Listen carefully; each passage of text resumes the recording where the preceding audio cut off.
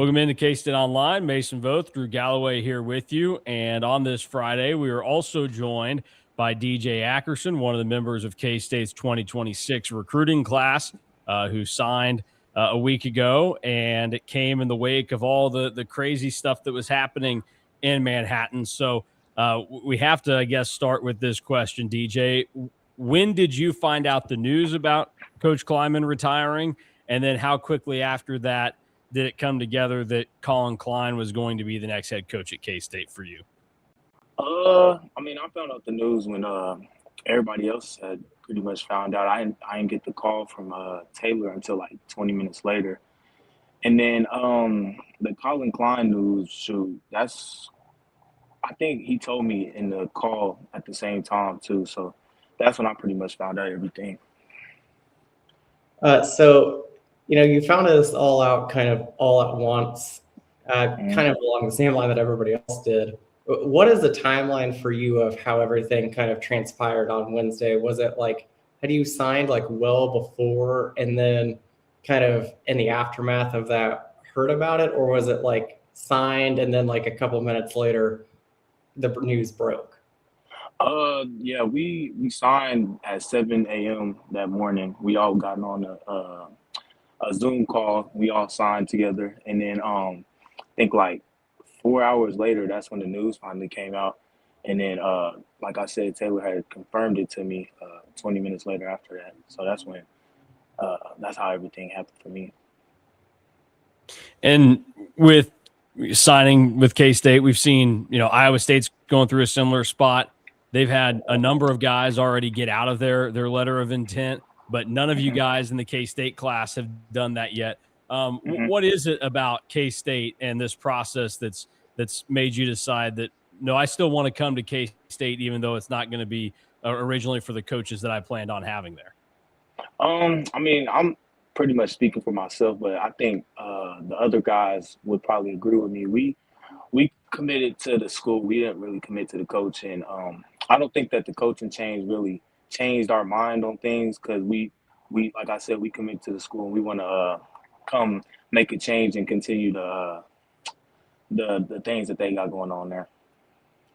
So now we're kind of going even back further in time. You were, I think, the second commit of this K-State class. When you committed back in April over Tulsa and Oklahoma State, what was it about K-State at that point that made you really want to jump on board? The visit that I went on, it was just an amazing visit. I had feelings for K-State like I had for no other school that I went on visits to. And then on the way back from the visit, that's when I had, got the thought of wanting to commit to the school from how good the visit was and the people that was there, and just knowing that I wanted to play for them. And then I would say that Sunday after the visit, that's when we was in church, and my pastor, she had told me to come up, and that's when she had broke the news to me that I heard the right thing and that God wanted me to go to K-State. And that's when I had told the coaches that I wanted to commit. Within this process, we talked to Tucker Ashford earlier in the week. You two have probably been, I would say, the biggest fan favorites since you committed, because I don't think it's you guys doing anything but being yourself, but you seem to know what to say to get people excited, and you have a pretty good idea of what the pulse is. Your social media presence and support for K-State has gotten a lot of notoriety. So where was it that once you hopped onto this, you're like, yeah, I'm going to be very outspoken about my love for the Cats and defending them on Twitter or supporting them or however you go about it? That's just me. I've been like that since I was little. I always like to boost up, what I got going on, my team, my friends. And I just like to give a boost to what I feel like I should be boosting up. So, yeah, that's pretty much just how I've been all my life.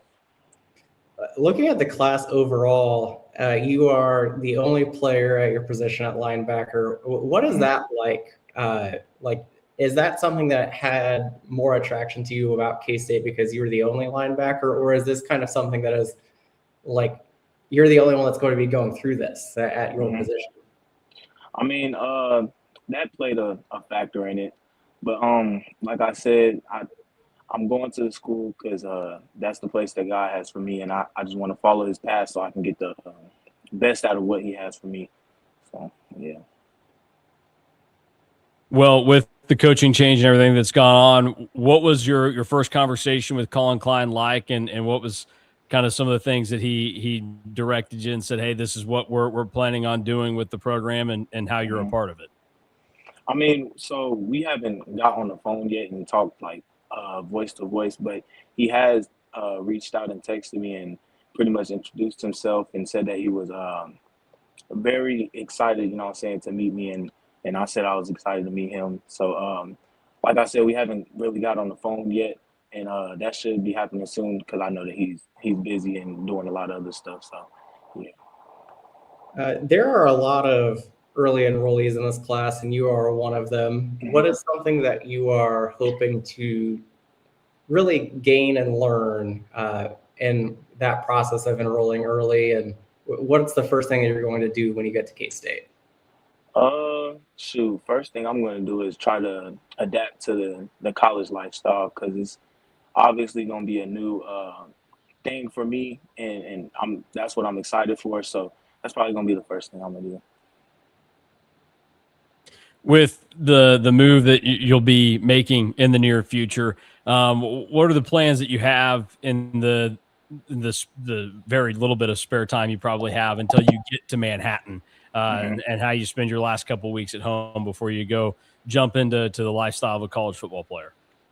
I mean, first, I'm just trying to spend as much time with my family as I can, because like you said, I'm gonna be away from them, and I know I'm gonna miss them, but like I said, I'm just trying to spend as much time as I can with them, and then also condition myself and do a little field work to get ready for what they got going on for me up there.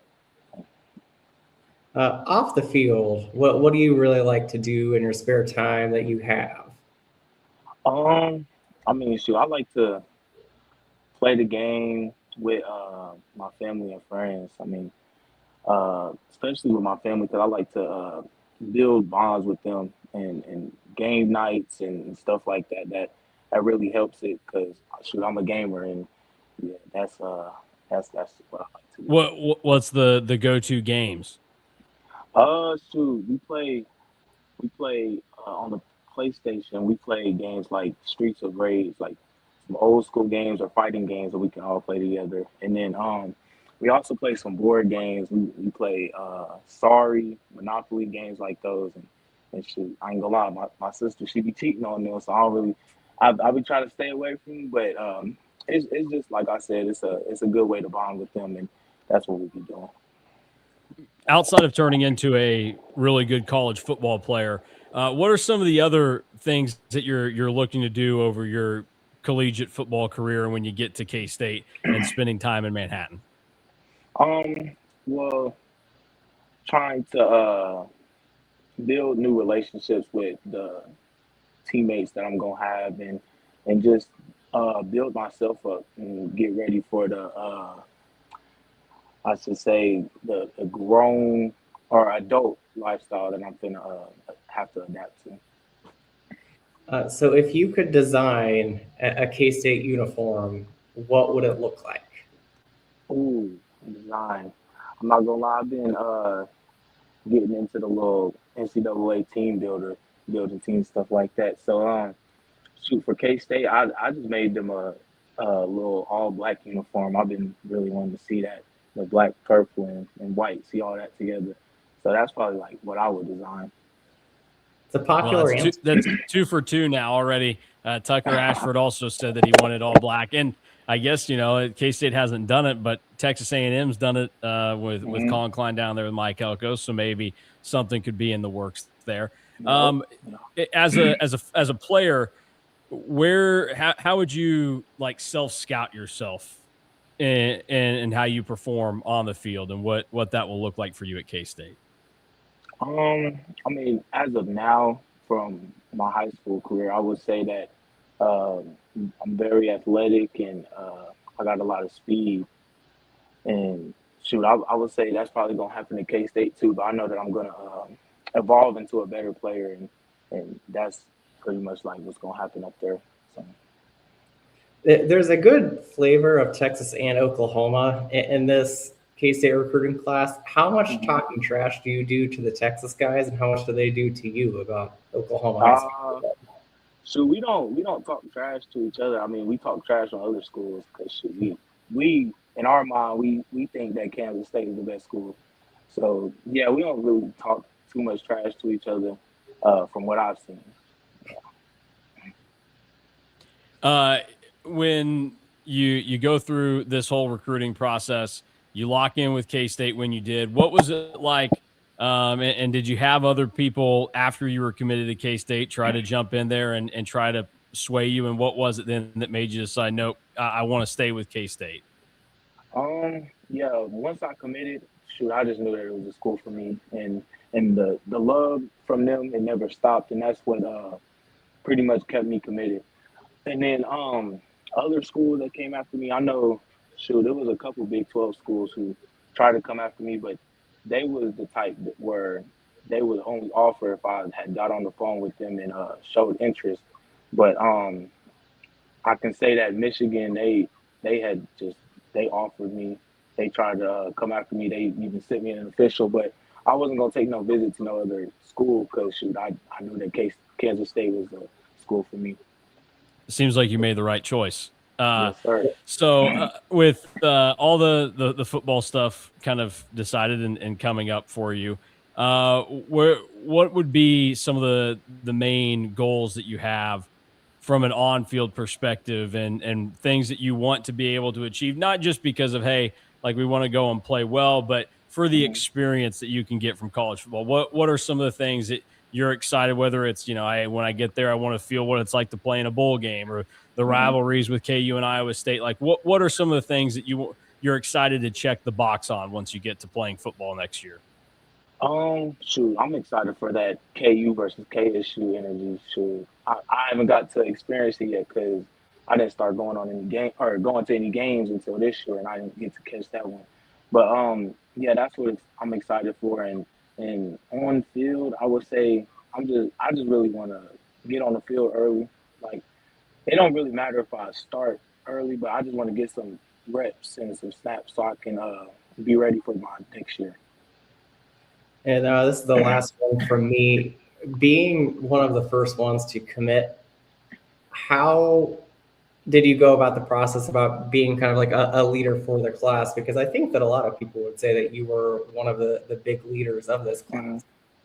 class. Well, yeah, like you said, being one of the first ones, I was just trying to build up the class and try to get the best guys that we could get to keep this class together, and yeah, stuff like that. My last question for you, it has nothing to actually really do with anything you'll accomplish or do, but I think it gives people a good insight into your mentality or a lot of different things. Who's your favorite athlete all time? Any sport, any era, the guy that you go, that's my guy right there. Like for me, example, like it's either Tiger Woods or Dirk Nowitzki, and Hmm. yeah. So like for you, who's that guy that you've always gone, that's my guy?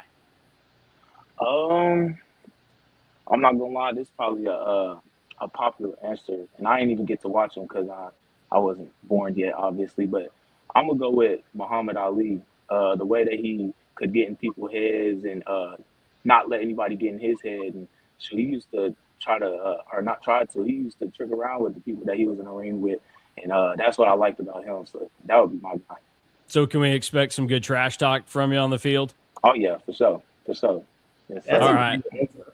Yeah, that's what we like to hear. DJ, we appreciate it, and thanks for taking the time on your Friday night to sit down and chat with us. Yes, sir. I appreciate y'all.